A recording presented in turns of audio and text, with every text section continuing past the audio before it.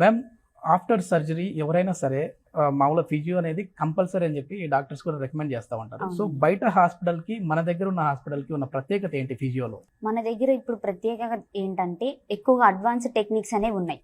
నార్మల్గా అయితే ఏ physio clinic మీరు విజిట్ చేసినా కానీ మీకు ఐఎఫ్టి అని, టెన్స్ అని, పారాఫిన్ వ్యాక్స్ అని ఇట్లా ఎప్పుడు రెగ్యులర్గా యూస్ చేసి ఉన్నాయి. మన దగ్గర ఏంటంటే అడ్వాన్స్డ్గా డిపిఎంఎస్ అని, క్రయోథెరపీ, ఎస్పెషల్లీ ఇది ఏంటంటే సర్జరీ అయిన పేషెంట్స్కి ఇమీడియట్గా మనం ఒక్క రోజులోను లేదంటే సర్జరీ అయిన ఈవినింగ్ కల్లా అయినా కానీ మన మిషన్స్ అనేవి మనం ప్లేస్ చేసుకోగలుగుతాం. అదే రెగ్యులర్గా యూస్ చేసేవి ఏంటంటే మనం పెట్టడానికి అనేది అవ్వదు. కొన్ని డేస్ గ్యాప్ తీసుకొని ఆ తర్వాత ఆ మిషన్స్ అప్లై చేసుకోవడానికి ఉపయోగపడుతుంది. ఓకే, నార్మల్గా ఎవరైనా సరే ఎనీ సర్జరీ, అది సర్జరీ అయిందంటే ఖచ్చితంగా ఫిజియో సజెస్ట్ చేస్తుంటారు కదా. అవును. ఫిజియో చేస్తే ఎన్ని రోజులలో వాళ్ళు నార్మల్ లైఫ్ని లీడ్ చేస్తారు, చేయకపోతే ఎన్ని రోజులు చేస్తారు? మీ దగ్గర ఉన్న ఎక్విప్మెంట్స్ చేస్తే ఎన్ని రోజులు నార్మల్ లైఫ్ లీడ్ చేస్తారండి? అంటే ఇప్పుడు మన దగ్గర ఉన్న అడ్వాన్స్డ్ టెక్నిక్స్ ఏంటంటే నార్మల్గా సర్జరీ అయిన ఇమీడియట్గా వెంటనే మనం ఇవి ప్లేస్ చేసుకోవచ్చు. అదే రెగ్యులర్ వాటి వల్ల అయితే మన వల్ల అవ్వదు. ఆ వాటి వల్ల మనకు అంత ఎఫెక్టివ్నెస్ అనేది ఉండదు. 1 వీక్ తర్వాత అట్లా 1 వీక్ 2 వీక్స్ తర్వాత మనం వాటి ద్వారా ట్రీట్మెంట్ అనేది స్టార్ట్ చేయొచ్చు. ఓకే, ఇట్లా ఇది వాడడం వల్ల ఎన్ని రోజుల్లో మళ్ళీ వీళ్ళు నార్మల్ లైఫ్ రావచ్చండి? యాక్చువల్గా ఏంటంటే మనకు ఒక సర్జరీ ఒకవేళ లైక్ ఏంటంటే ఇంప్లాంట్ ఏమైనా ఫ్రాక్చర్ అయ్యేదని ఇంప్లాంట్ జరిగితే ఒక ఇమ్మొబిలైజేషన్ పీరియడ్ అనేది ఉంటుంది, ఒక 6 వీక్స్. ఆ టైం వరకు ఎటువంటి మిషన్స్ పెట్టుకోవడానికి ఉండదు. ఆ టైంలో ఇది మనకు బాగా హెల్ప్ఫుల్ అవుతుంది. ఏంటంటే ఆ వీక్స్ ఇంకా రెడ్యూస్ అవుతుంది. ఒక 4 వీక్స్ అయితే అది 3 వీక్స్ లోనే మీకు ఎఫెక్ట్ అనేది చూపిస్తుంది.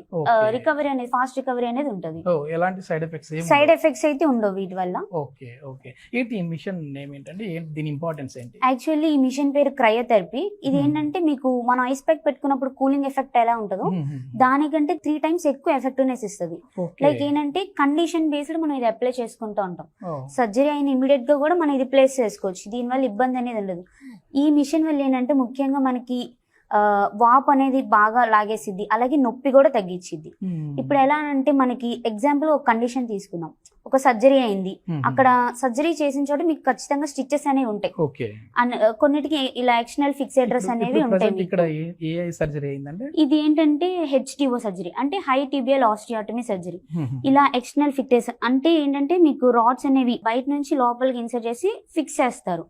వీటి వల్ల ఏంటి మీకు సైడ్స్ కొంచెం ఓపెన్ గా ఉండడం గానీ ఇట్లా ఉన్న వీటి మీద మీరు ఐస్ ప్యాక్ పెట్టుకుంటే గనక అది వాటర్ అనేది ఆ స్టిచెస్ ఏరియాలోకి వెళ్ళి మీకు ఇన్ఫెక్షన్స్ వచ్చే ఛాన్సెస్ ఉంటాయి.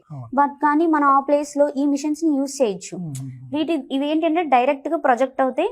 ప్లస్ మళ్ళీ మీకు ఇలా వాటర్ లీకింగ్ అనేది ఏమి ఉండదు. అప్పుడు ఇన్ఫెక్షన్స్ అనేది రావు. దీని ద్వారా మనం దాన్ని ఓవర్కమ్ చేయొచ్చు. ఇది ఒక అడ్వాన్స్డ్ మిషన్. మనకు ఇది అరౌండ్ ఒక 30 lakhs అలా ఉండొచ్చు ఈ మిషన్. ఓకే, మన విజయవాడలో ఎక్కడైనా ఏ హాస్పిటల్ అయినా ఉందా? లేదండి, ఇది అసలు మాక్సిమం ఏంటంటే విజయవాడనే కాదు, సౌత్ లో కూడా ఎక్కడ ఈ ఎక్విప్మెంట్ అనేది మీరు యాక్చువల్లీ మీరు చూడలేరు. ఇది సార్ స్పెషల్ గా పేషెంట్స్ రికవరీ కోసం అని నాయుడు గారు తెప్పించారు. ఎస్పెషల్లీ సార్ ఇంట్రెస్ట్ అండి ఇది. ఓకే ఓకే, సో ఇది మొత్తానికి ఏంటంటే మామూలుగా మనం బయట ఫిజియోథెరపీకి సంబంధించిన దానికి మనకి ఇక్కడ ఎంజే హాస్పిటల్లో ఉన్న ఫిజియోకి సంబంధించి చాలా వరకు కూడా అడ్వాన్స్ టెక్నాలజీ అయితే యూజ్ చేస్తా ఉన్నామని చెప్పేసి తనుజ గారు చెప్తా ఉన్నారు. Thank you.